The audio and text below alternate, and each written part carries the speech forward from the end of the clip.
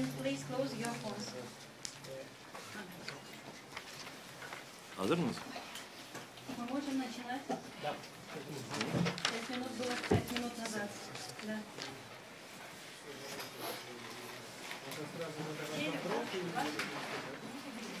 Немножко скажу кое-что.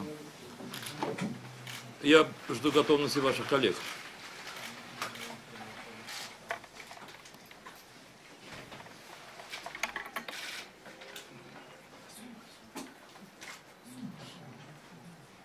Вы заставляете очень много ждать. Впрочем, последние 3 недели.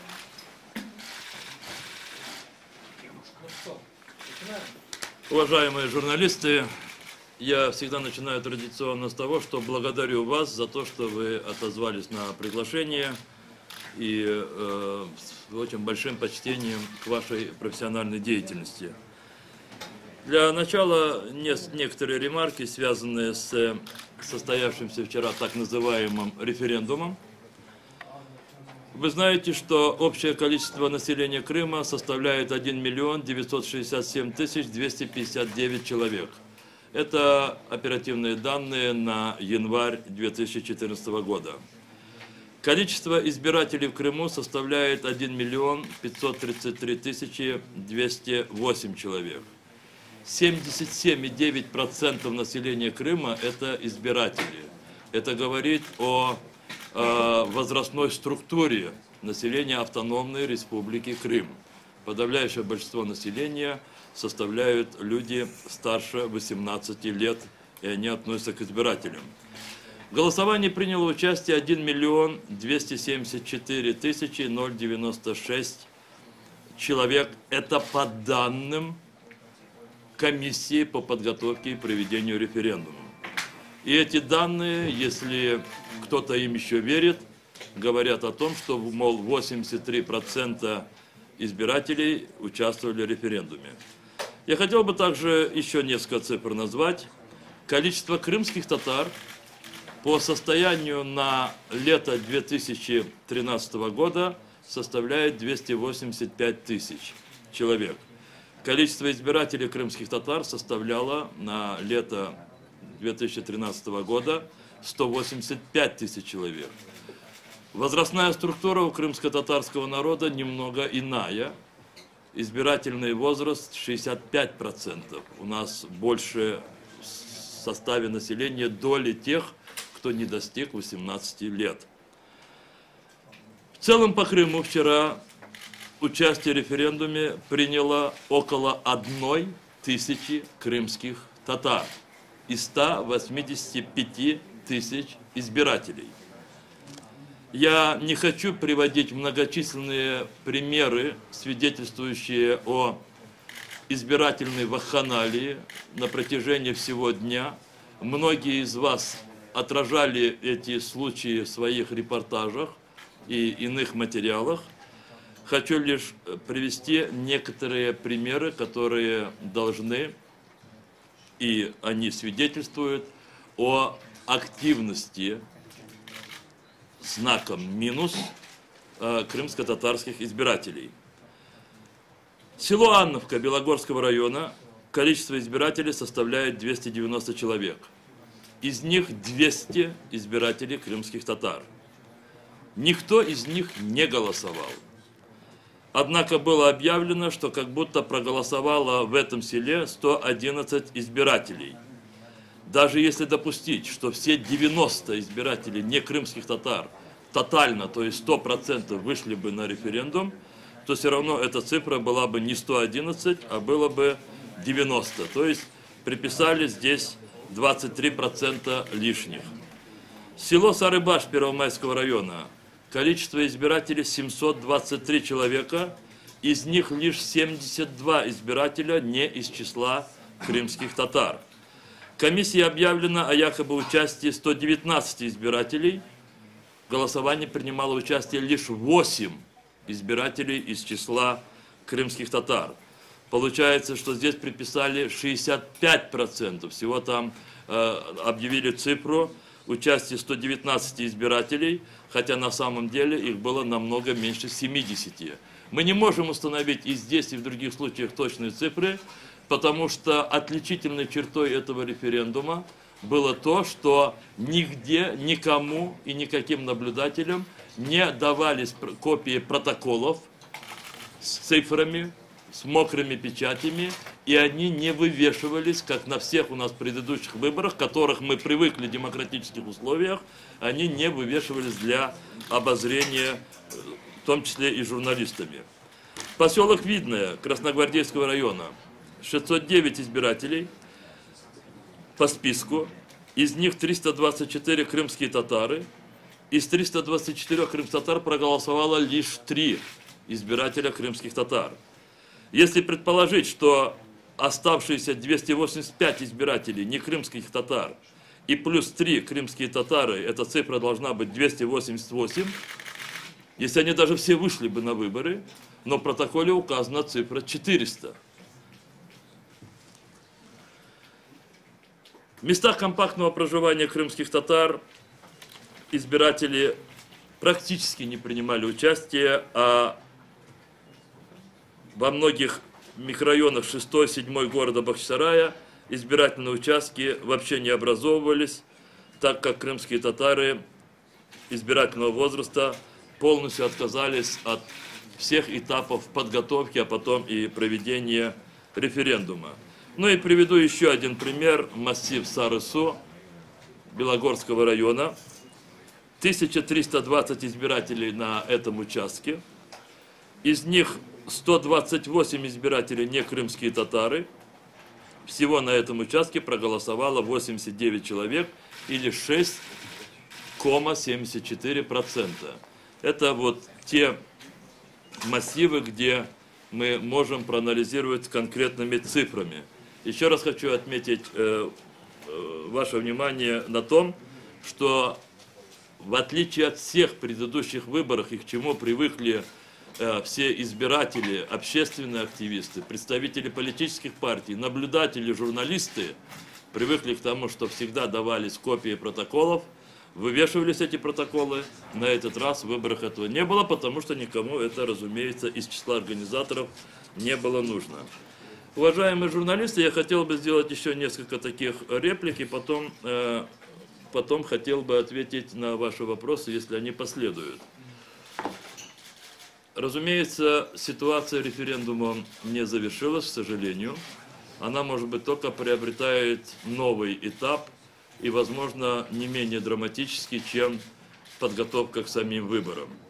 Хочу сразу заметить о том, что сейчас нами наблюдается попытка переформатировать глобальный конфликт, который разразился в мире в связи с ситуацией в Крыму, вокруг Крыма, уже более локальный конфликт.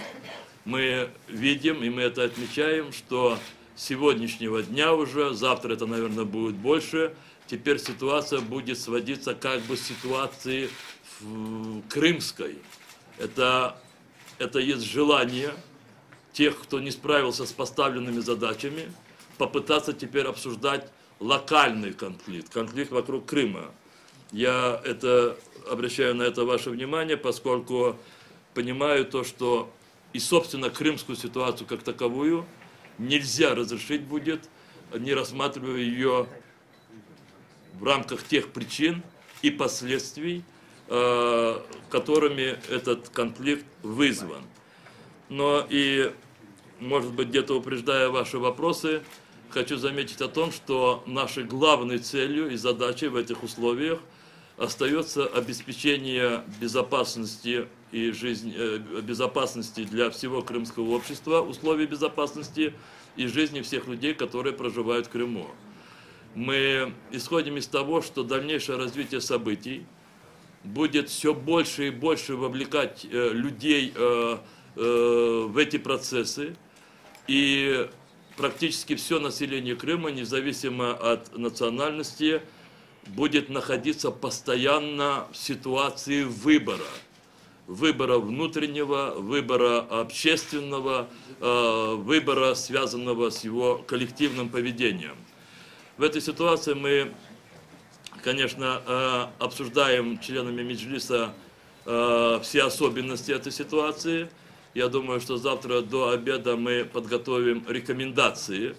Рекомендации не только крымским татарам, но и всем тем, кто следует нашим рекомендациям по поводу своего поведения, определения личностного выбора в тех ситуациях, которые касаются жизни каждого человека, их индивидуальных вопросов.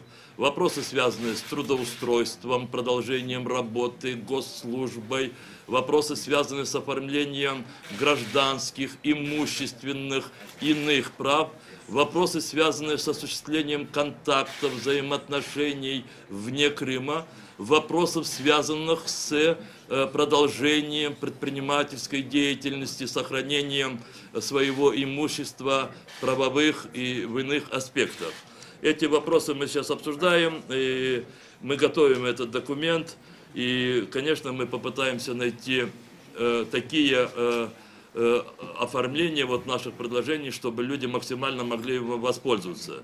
Самое плохое, я об этом говорил на одной из предыдущих конференций, это то, что ведущие игроки, которые допустили эту ситуацию, они принизили каждого человека, заставляя его делать зачастую тот выбор, который человек не хочет делать.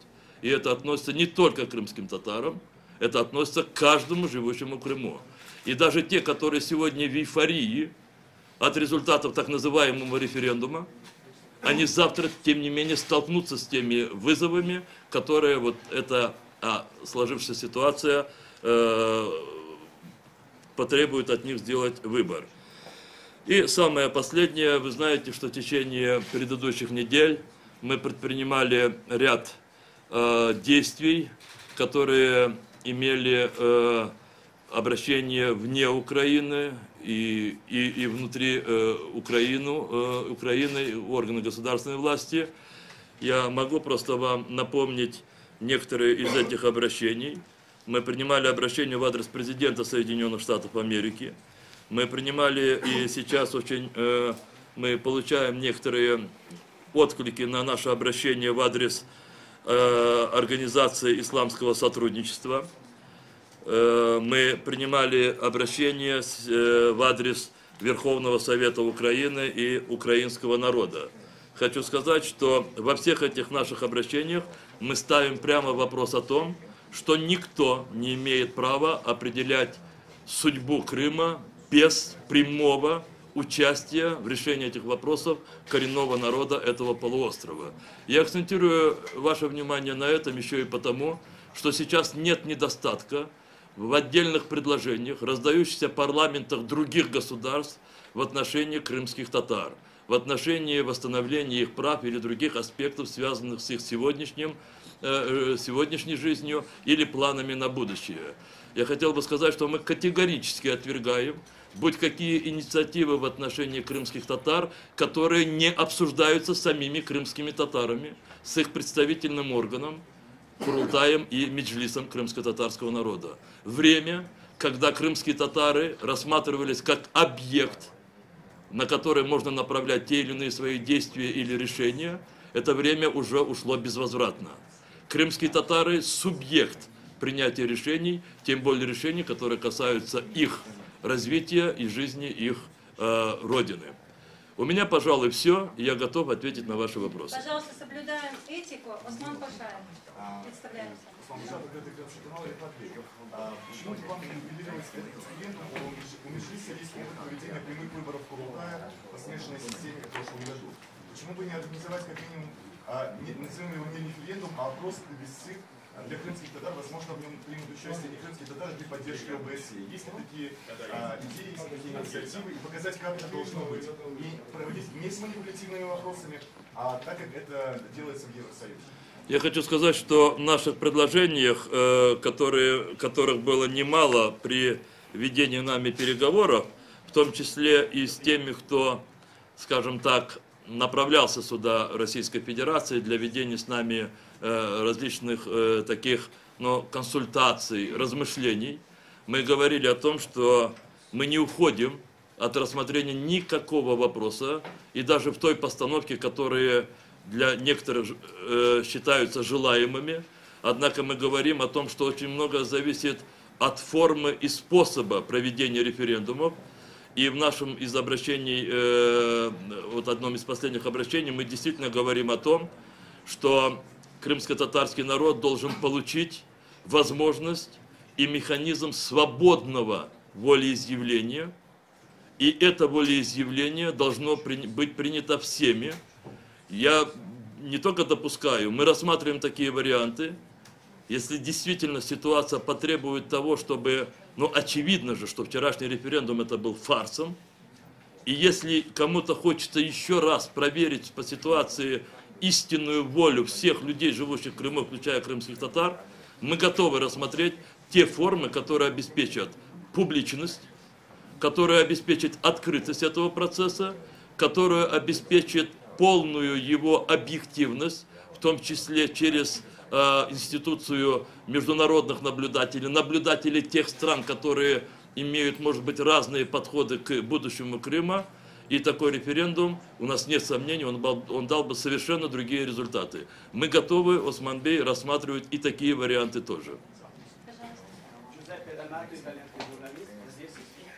Я хотел бы спросить, правда, что ли, Россия старалась подкупить крымские татары, были какие-то очень хорошие предложения насчет социальных гарантий, во-первых. Во-вторых, я хотел бы узнать, господин Джамилев, он был в Москве, потом в Брюсселе и так далее, какие итоги этих? Я начну немножко с последней вашего вопроса, последней части. Господин Джемилев действительно имел получасовой телефонный разговор с президентом Российской Федерации Владимиром Путиным. Основные месседжи этой беседы вам известны, они были широко освещены в прессе. Господин Джемилев, я просто коротко напомню, он донес до президента Российской Федерации наше видение ситуации, наше предложение, как выйти из этой ситуации в мирный способ. Господин президент России одним из своих месседжей отметил о том, что все необходимые решения будут приниматься после 16 марта. И при этом, конечно, господин президент Российской Федерации отметил то, что крымские татары, ну я думаю, что, как, впрочем, и все другие, живущие в Крыму, они не должны иметь особых беспокойств в отношении своей безопасности и других привычных условий жизни. Это максимум то, что я могу сказать. Господин Джемилев имел встречи в Брюсселе, где тоже пытался, где также доносил нашу позицию, и мы о ней здесь говорим нередко и вместе с вами. Это наша позиция известна, она открыта. Господин Джемилев вчера имел встречу в Турции с премьер-министром Турецкой Республики Реджепом Таипом Эрдоганом. И сегодня он продолжил беседы с министром иностранных дел Турецкой Республики Ахмедом Давутоглу. Господин Джемилев, являясь делегатом Курултая крымско-татарского народа и общепризнанным моральным авторитетом крымско-татарского народа, он выполняет ту миссию, которую возложил на него Курултай в октябре 2013 года. Он координирует всю международную деятельность, связанную по вопросам, связанным с развитием Крыма и крымско-татарского народа. Это первая часть. Вторая часть, я хотел бы в своих комментариях исключить такие слова: подкупы, посулы, хотя разные оценки звучат с каждых сторон. Я думаю, что сейчас каждая сторона в интересах достижения ею поставленной цели, она говорит то, что с ее точки зрения должно быть воспринято другими. Я хотел бы только отметить следующее. С крымскими татарами можно и нужно говорить обо всем. Но надо это делать такой способ, чтобы это не вызывало у людей обеспокоенность за свое сегодняшнее и будущее. И поэтому, конечно, нет таких вопросов, которые нельзя было бы разрешать в интересах Крыма, в интересах крымских татар, в интересах их соседей. Но в тех условиях, когда нас поставили перед ситуацией, когда мы увидели у себя на улицах, на дорогах войска, и потом мы услышали те или иные предложения с разных сторон, это, конечно, сделало наше положение и нашу возможность тех или иных решений, а чистоту этих решений это все усложнило, как и этот референдум. Я лично пытался от имени представительного органа крымстатар давать максимальные сигналы, в том числе в виде прямых обращений, что референдум только усугубит положение не только тех, кто в нем участвовал, но и положение тех стран, которые были в этом референдуме, может быть, заинтересованы. И мы на течение некоторого времени мы это будем видеть. Референдум усложнил жизнь всем. Тем более референдум, который состоялся в виде фарса. Пожалуйста. Александр Мельник, ICTV. Можно вопрос? Будете ли вы сотрудничать с новой властью России, с новой властью Крыма и с Россией? Я хотел бы заметить о том, что мы еще не оставляем надежды о том, что какая бы ни была новая власть в Крыму, она будет сформирована способ законный или хотя бы способ такой, который будет санкционирован всеми участниками, вовлеченными в этот конфликт. Все иные способы формирования власти, которые будут оспариваться той или иной или третьей стороной, эти способы отношений будут уязвимыми как для самой стороны, которая называет себя властью, так и для других, которые вступают с этой властью в отношения. Вы можете себе представить, что сегодня каждый человек, давайте мы сейчас поговорим чуть-чуть немножко безотносительно крымских татар как целостной нации. Сегодня каждый человек, который принимает для себя решение вступать в отношения с этой властью или не вступать, он находится в мучительных размышлениях. Нельзя человека ставить в такую позицию.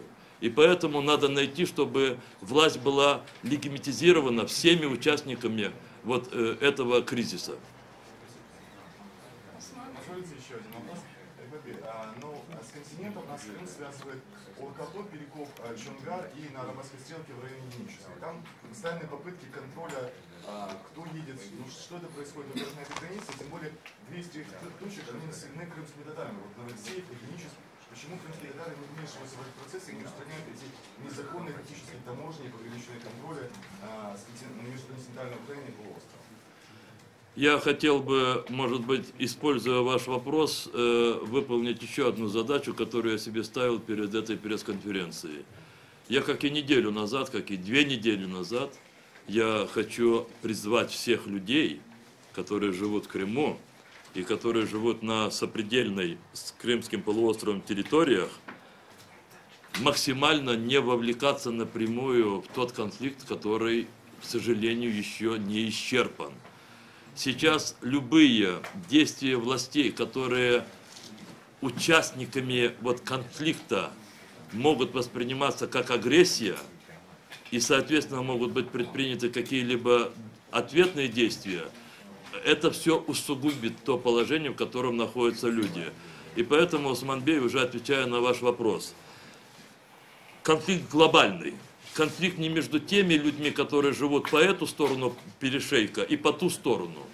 Конфликт даже не между Россией и Украиной.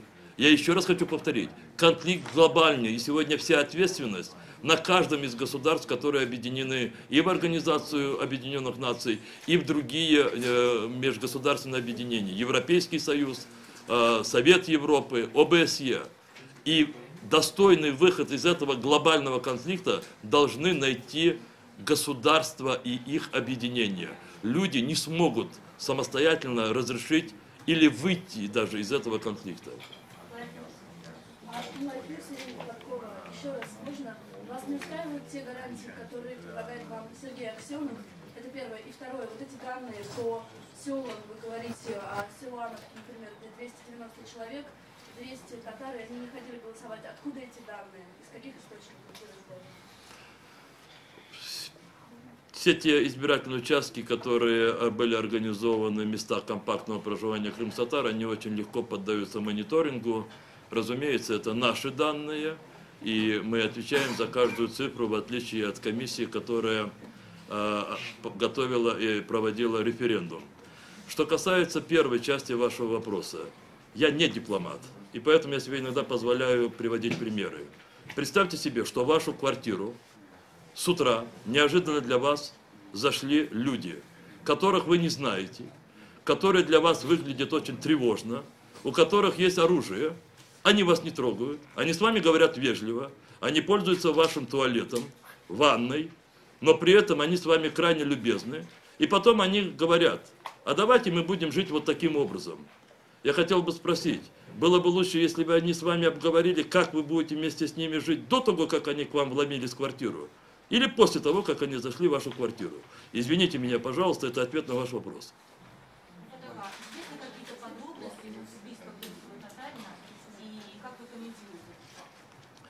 Дело в том, что за последние недели в Крыму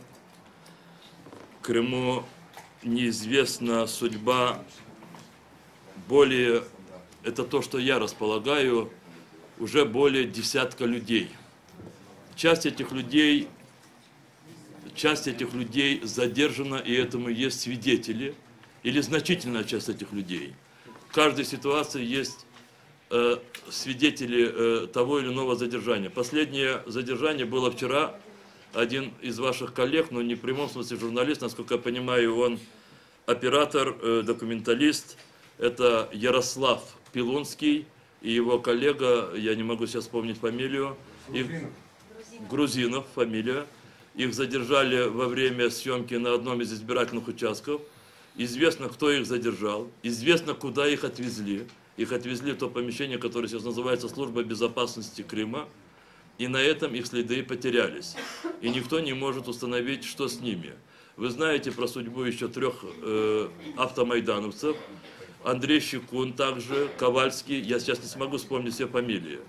Кроме того, если я правильно помню, 3 марта пропал житель Крыма Решат Аметов.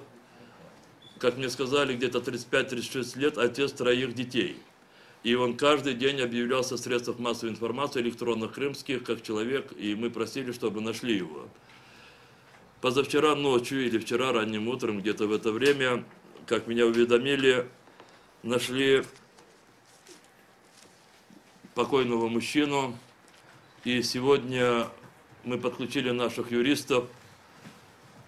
Я попросил муфтия максимально эту ситуацию взять под свой контроль. Сегодня должно было быть опознание, этот покойный Решат Аметов или нет.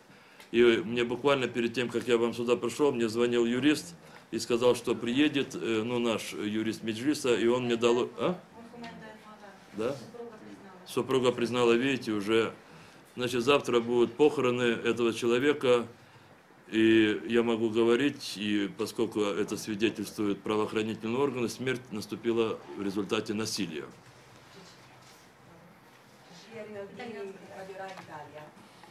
L'Unione Europea e gli Stati Uniti hanno deciso una serie di sanzioni nei confronti di personalità russe e ucraine. Come giudica questa risposta della comunità internazionale rispetto alla crisi? Это Радио Рай итальянское. Сегодня Европейский Союз и Соединенные Штаты Америки ввели санкции против нескольких российских чиновников. И ваше мнение об этом, об этих действиях Европейского Союза и Штатов? Я хочу сказать, еще раз повторить, конфликт глобальный, и от того, насколько в достойных формах все выйдут из этого конфликта, очень много зависит будущее мира. Я не говорю пафосно, я говорю так, как есть. И вы в моем лице видите и человека, который испытывает очень большие дружеские чувства к русскому и другим народам, которые живут в России. Я хотел бы, чтобы достойный выход в одинаковой мере был бы на благо всех народов, объединенных в государство. И поэтому государства должны найти этот выход. И если для этого выхода необходимо для отдельных политиков отрезвления, и если эти меры принимаются в соответствии с теми процедурами и формами, которые ранее были всеми приняты, и они были приняты, то я только могу относиться к таким мерам положительно.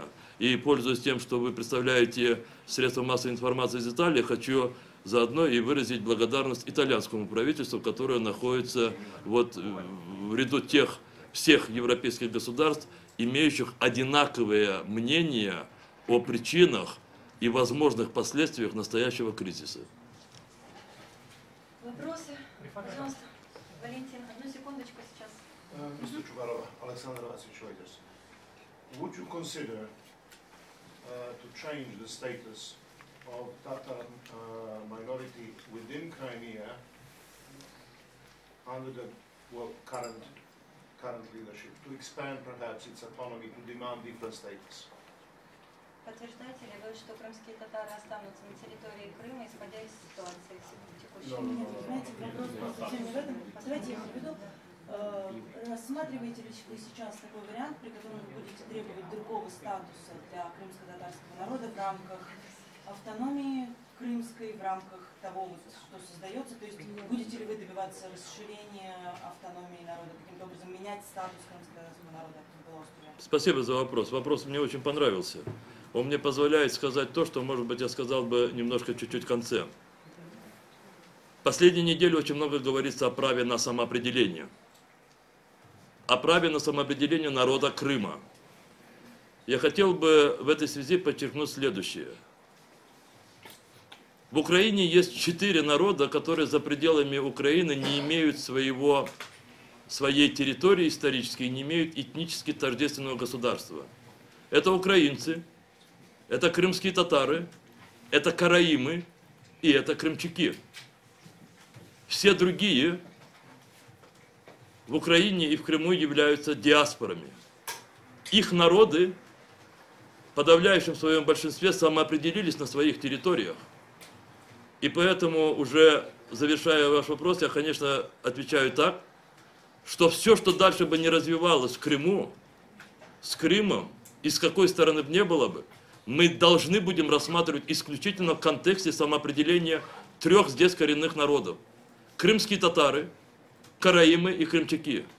К великому сожалению, караимов и крымчаков осталось так мало, и состояние их языка и наличие материальной их культуры настолько уже мало, и это есть следствие того, что эти народы длительное время, как и мы, не имели своей государственности, они не имели возможности самоопределиться, и поэтому в силу своей крайней малочисленности они исчезли. Мы, крымские татары, не хотим повторить эту судьбу.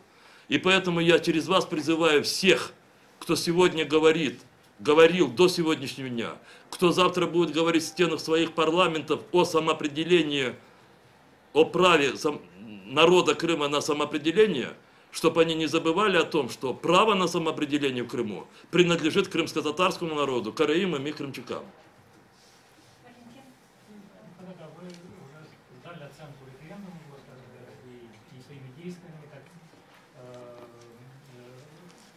После этого референдума, по его результатам, крымская власть уже приняла определенное решение. То есть объявила Крым независимой республикой, поручила руководителям Крыма подписать в России определенные документы. Хотелось бы знать, как Меджлис оценивает эти действия, то есть признает ли их? Я думаю, что в контексте всего того, что я сказал, наверное, ответ уже ясен. Представьте себе, что я жил бы в Краснодарском крае. Там живет много крымстатар. Это те крымстатары, которые стремились в 60-е годы возвратиться в Крым. Их отсюда вновь и вновь депортировали, и они осели там. И представьте себе, что я бы там узурпировал бы власть каким-то образом. За мной бы стояли бы, может быть, не зеленые человечки, а может быть, в желтые одеянии каком-то, или белом, не знаю. И я бы сказал бы о том, что я от имени всех тех людей, которые там живут столетиями, и которые, безусловно, с моей точки зрения, имеют больше права на самоопределение на территории Краснодарского края, если бы я там бы узурпировал власть, от их имени бы говорил бы о собственном самоопределении. Абсурд. Поэтому все то, что сейчас подписывается и с чем обращаются те люди, которые себя сегодня называют властью, но это просто узурпация, это не есть. Я не хочу сказать, что они не представляют мнение части крымского населения, но не все население Крыма. И тем более они не представляют крымских татар. Я Сонайки, японская газета «Санкей». У меня вопрос такой. Завтра вроде бы президент Путин делает какое-то заявление в отношении так называемого референдума. что вы будете сказать перед этим, господин президент Путин? Мне представляется, я об этом уже тоже сказал. Мы хотим говорить о праве на самоопределение. Я буду признателен всем, кто в этом одном из основных международных норм,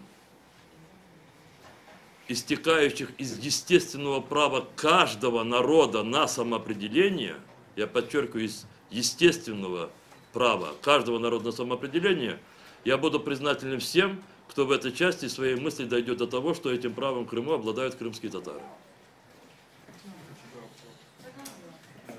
Грузинское телевидение и медиа. Считаете ли вы Крым оккупированным, о чем говорят за последние дни довольно часто? И как вы вообще планируете в условиях такой оккупации? У нас существует двусторонний договор между Украиной и Российской Федерацией. У нас существует специальный целый ряд договоров, которые регламентируют наявность, по-русски, наличие, присутствие российских баз на территории Крыма как части Украины. И во всех этих договорах регламентировано передвижение, появление других количеств, формах войск на территории Украины. Все те перемещения войск, которые сейчас осуществляются в Крыму, переброска новых войск, это делается вопреки этим международным актам, поскольку на них не было санкций уполномоченных государством органов. Соответственно, все эти действия носят характер недружественный, и их надо называть такими, как агрессия. Появление войск на территории другого государства в способ, не предусмотренный соглашениями между этими государствами, является ничем иным, как агрессия. Это не мое желание дать такую оценку, это просто объективность, в которой мы живем. Вопрос нет, просто чтобы уточнить. Значит, вы говорите, что только до 3000 крымских татарин принимают... Не больше. Не больше. Не больше. Да, пожалуйста. Можно вопрос агентства РАК? Сюда приезжал президент Татарстана для консультации, насколько мы знаем из СМИ. Является ли его пример, он, видимо, вам рассказывал о положении татар в России, о положении религии, о том, что Татарстан одна из самых развитых экономически и культурно, и вообще республик в России, краев, самых богатых краев. Является ли для вас пример Татарстана положительным, или вы игнорируете его предложения и примеры? Мне меньше всего хотелось бы давать оценку всем аспектам, связанным с положением коренных народов России или национальных меньшинств. Честное слово, в этой ситуации мне не хотелось бы делать. Я думаю, что и Татарстан, и другие субъекты Российской Федерации имеют тот уровень взаимоотношений с федеральным центром и достигают тех успехов или не достигают ровно настолько, насколько это их устраивает. Я думаю, что мы с вниманием смотрим и отмечаем для себя все то, что есть позитивное, и все то, что с нашей точки зрения могло бы быть больше. Молодой человек, скажите, сколько Россия готова заплатить Татарстану, чтобы они отказались? Не-не-не, я вас прошу. Вы даже латиницу не разрешаете татарам. О чем вы говорите? Я прошу прощения. Да. Можно еще вопрос? Радио Свобода вопрос. Скажите, пожалуйста, были ли предприняты уже какие-то шаги для признания татарского народа коренным? И есть ли уже какое-то решение по этому поводу? Будут процессы продвигаться? Давайте подождем несколько дней. Спасибо всем. Но еще вопрос. Да. Вы говорите про фарш, я хотел знать, вы готовы денонсировать результаты? Суд, как делают все другие страны, что отменяют результаты? Я знаю о том, что денонсации нет необходимости, потому что, за исключением на сегодня 3 стран, все страны объявили о том, что этот референдум незаконен. Нельзя денонсировать то, что незаконно и ничтожно. Какие Это страны? Какие действия между дальше, вот после сегодняшнего постановления? Мы работаем. 3 страны, кроме России. Но вы хотите, я думаю, что это будет Сирия. Я не исключаю, что это будет Венесуэла, если в этом будет, если их попросят об этом. Других я не вижу. Но я не хочу называть государство, я не хочу никого обидеть. Я думаю, что кого-то могут попросить, и они не смогут отказать. Спасибо. Спасибо. Ваши турецкие коллеги просят отдельно, они не знают русский язык, и поэтому не думайте, что здесь сепаратная пресс-конференция будет. Хотите, снимайте, но я должен еще с вашими турецкими коллегами.